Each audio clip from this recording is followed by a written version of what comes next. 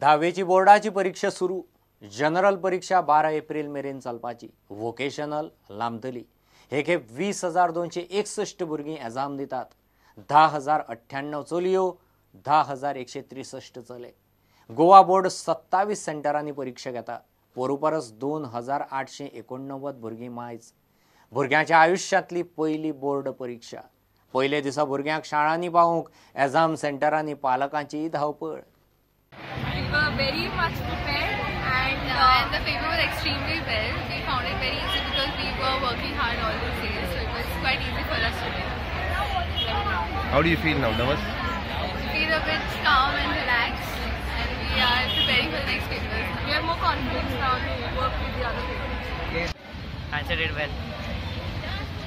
Was it very easy for you? Yeah. The exam was very well said, and the paper was quite easy compared to like the prelims. And there are like about, I guess, now 6 papers remaining, and you have to do a lot of preparation for these exams because they mostly determine what you're going to do in life. I did well.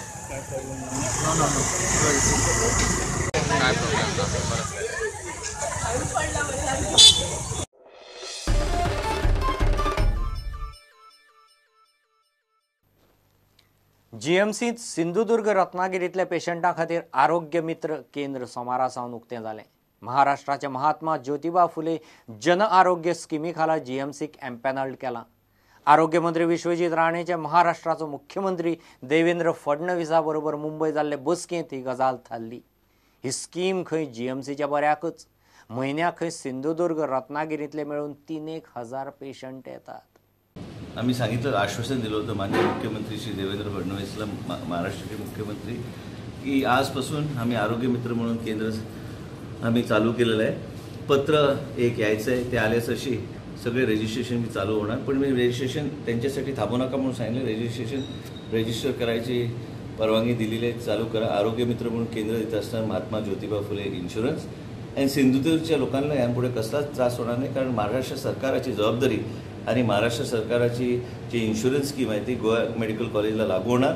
आणि हे सगळं श्रेय फक्त माननीय मुख्यमंत्री श्री देवेंद्र फडणवीस यांना जाते। यांच्या इनिशिएटिव्हमुळे हा विषय लवकरच सोडला गेला।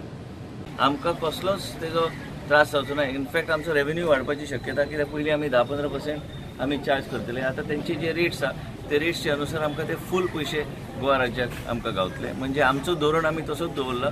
पण त्याचबरोबर त्यांचे इन्शुरन्स गोवा मेडिकल कॉलेजाक एम्पॅनल केल्यार सिंधुदुर्गच्या लोकांक तेजो बेनिफीट हांगा जातलो। कितली रजिस्टर जावंक शकता पर डे, अशें कितें स्टॅटिस्टिक्स काडला? एक 3,000 लोक तरी येता म्हयन्याक।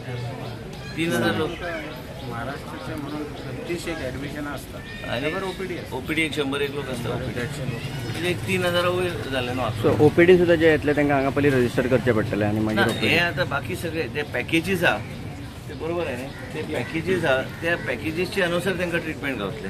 तो किओस्क आयज बेश्टो इनॉग्रेशन म्हणून घातला, पण तांकां भितर आमी जागो दितले। म्हणजे तेंचे आमी DDSS कशें चलयतात तशेंच तेंचे महात्मा ज्योतिबा फुले इन्शुरन्स स्कीम तशीच चलयतली।